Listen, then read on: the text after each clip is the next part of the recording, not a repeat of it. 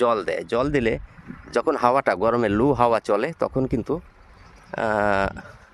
এই ভিতর দিয়ে খুব সুন্দরভাবে এখান থেকে বাতাস আসবে ঠান্ডা ঠান্ডা।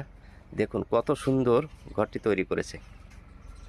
বাতাসও আসবে, ঠান্ডাও থাকবে, কোনো জীবজন্তু ভিতরে আসতে পারবে না, এবং নিচে আবার গোবর দিয়ে মাটি দিয়ে লিপাই করে রেখেছে কত সুন্দরভাবে, যে সাপ হোক ব্যাং ট্যাং যাতে না ঢোকে।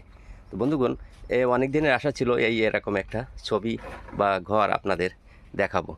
এই রাজস্থানের সেই পুরনো ঐতিহাসিক সেই ঘরগুলো এখন হয়তো বিলুপ্ত হয়ে যাচ্ছে, তো আপনাদের দেখানো একটু চেষ্টা করলাম।